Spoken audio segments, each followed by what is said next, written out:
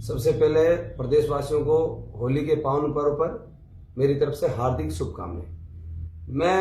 विनम्र अपील करने जा रहा हूं राजस्थान के प्रत्येक गोभक्त, प्रत्येक नागरिक, प्रत्येक समाज के उन भामाशाहों से जो हमेशा जीवों के प्रति, पर्यावरण के प्रति समर्पित होते हैं और हमेशा उनके लिए हमेशा वो आगे आते रहते हैं। तो मैं विनम्र आग्रह इस प्रकार कर रहा हूं कि जो बीकानेर, चूरू, जैसलमेर, बाड़मेर, नागौर, जोधपुर और फड़ौदी, इन जिलों में क्या है, भयंकर गर्मी पड़ती है। तो गर्मी के कारण जो पशु पक्षी होते हैं, जो मूक प्राणी होते हैं, वो धीरे धीरे लुप्त होते जा रहे हैं। तो मैं आप सभी गोभक्तों से निवेदन कर रहा हूं कि आने वाले मार्च के बाद अप्रैल, मई और जून, जुलाई आता है, उसमें इतनी भीषण गर्मी पड़ती है ताकि पशु पक्षी लुप्त होते जा रहे हैं। तो मैं सबसे पहले उन भामाओं से निवेदन कर रहा हूं, जो भामाशाह उनसे निवेदन कर रहा हूं, और गांव ग्रामीण लोग उनसे भी निवेदन कर रहा हूं कि आप उन भामाओं के साथ जुड़ के, और प्रत्येक गांव के अंदर तालाब है, ओरण है, गोचर है, और जो भी खाली जगह है, जैसे सरकारी जमीन है जहां पे कोई चीज का मतलब फसल वगैरह नहीं होती, वहां उन जगहों पे कुंड बनाए, और जहां जगह पे तालाब प्रकृति से बने हुए हैं, पुराने बड़े बुजुर्गों को जो ख्याल रखे हुए हैं, उनको सफाई करके उनके तालाब को सीमेंट से, बजरी से, जो मूंगिया होता है उनसे इकट्ठा करके उनसे तालाबों को मरम्मत कराया जाए, उन तालाबों को पक्का बनाया जाए ताकि उन तालाबों के अंदर पानी रुक सके, टिक सके। और जो मई और जून जुलाई के अंदर जो पशु पक्षी लुप्त हो जा रहे हैं, खत्म होते जा रहे हैं, उनको बचाने का अपन एक प्रण लेते हैं। जो मार्च के अंदर आज 1 मार्च है, 2-3 दिन आप होली की छुट्टी मनाने सब एक दूसरे के रिश्तेदारों के या घर परिवार आए हो, तो अब छुट्टी के बाद में अपने पास 27-28 दिन बचेंगे, वो सिर्फ इन पशु पक्षियों को बचाने के लिए अपन को कार्य करना है। तो सभी से मिलके, जैसे एक आदमी कुछ नहीं कर सकता है, तो क्या है, जैसे गांव के लोग हैं, इकट्ठे लोग हैं, उनसे 100, 200, 500, 1000 रुपए इकट्ठे करके, और जहां ऐसे देने योग्य नहीं है तो फिर बड़े बड़े भामाशाहों से रिक्वेस्ट करेंगे। जो बाहर व्यवसायी लोग हैं, जैसे पुणे, मुंबई, अपने दिल्ली, गुड़गांव, जैसे दुबई, जैसे चाइना, अमेरिका, ऑस्ट्रेलिया, जो भी रहते हैं, उन भामाओं से निवेदन कर रहा हूं कि आप आगे आए, और जो भी गांव का कोई ईमानदार व्यक्ति हो, जैसे कोई आर्मी रिटायर फौजी हो, कोई भी आपको ईमानदार लगे कि यह गांव का ईमानदार है और इन पैसे लेने योग्य है, और ये एक भी रुपया वेस्टेज जगह पे नहीं लगाएगा, और जहां सही जगह वहां पे लगाएगा, तो उनसे भी मैं विनम्र अपील करता हूं कि आप आगे आके इन चीज को, अपन को बढ़ावा देना है और पशु पक्षियों को बचाना है। जब प्रकृति के अंदर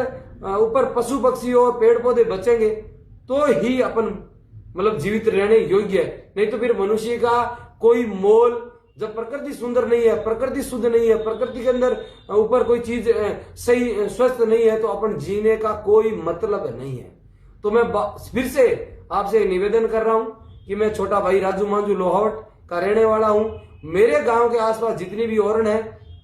मैं कोशिश करूंगा मेरे साथ जो भी टीम होगी, मेरे जो भी गोभक्त होंगे, जो प्राण प्रेमी होंगे, जो भी किसी समाज से, यह नहीं कि सिर्फ विष्णु ही इसके आगे है, सब 36 कौम से निवेदन कर रहा हूं, हिंदू मुस्लिम से निवेदन कर रहा हूं कि सब आप आगे आए और इनको, अपन को जीवों को बचाना, ना किसी प्रकार की इसमें राजनीतिक नहीं करनी। और कोई व्यक्ति देता है 500, 400, 1000, 5000, लाख, 2 लाख जो भी देता है, तो या फिर जो कार्यकर्ता आगे आके, आप उसकी बुराई मत किया करो, ये पैसे खा गया और वो खा गया, आप उसके साथ में जुड़ो। आप साथ में जुड़ नहीं सकते हो तो किसी के बारे में बिना सोचे समझे, बिना उसके लाग लपेट बना, या फिर वो चोरी करता है, करप्ट करता है, तो उसके बारे में आपके पास प्रूफ हो तो आप समाज के सामने या किसी व्यक्ति के सामने या सरकार के सामने पेश करो। नहीं तो आपका मुंह है, आप जैसे खाते हो और जैसे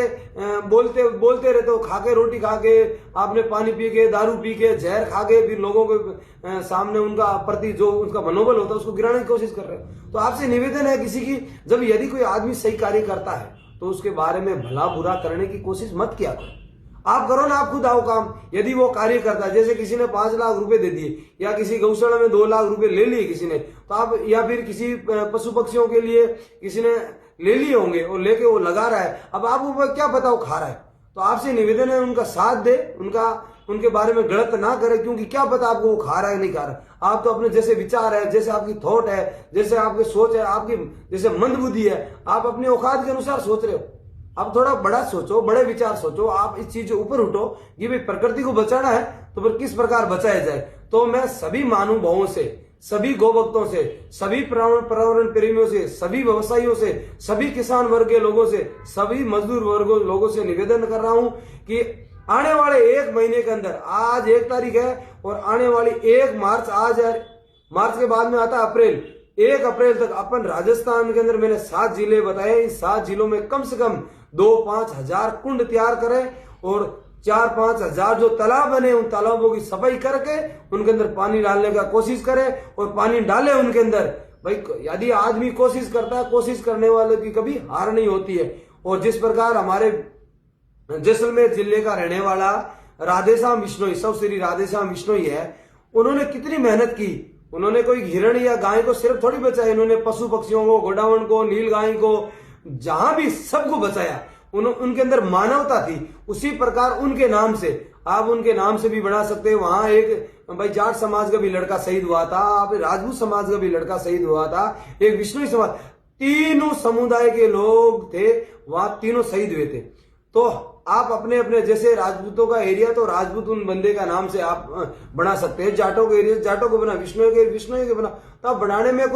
इसमें कोई जातिवाद या इसमें कोई अपन को भेदभाव नहीं करना है। वहां तीनों जाति के एक साथ एक गाड़ी के अंदर शहीद हुए तो कितनी बड़ी बात है। तो आप भी उस तरह उन प्रेमियों को देख के आप भी मिलजुल कर और अपन को इस हिंदुस्तान के अंदर, इस राजस्थान के अंदर जो मरुस्थली जिले हैं, जो टीले वाले जिले हैं, जो एकदम सूखा प्रदेश है, उसके अंदर जो जानवर है, पशु पक्षी, गौ माता, हिरण, मोर, खरगोश, नीलगाय इत्यादि जो भी पशु पक्षी उनको बचाना है। और मैं फिर से आपसे निवेदन कर रहा हूं कि आने वाला मई, जून, जुलाई उसके अंदर अपने पशु पक्षी को बचाना। जय हिंद, जय भारत, जय गौ माता की।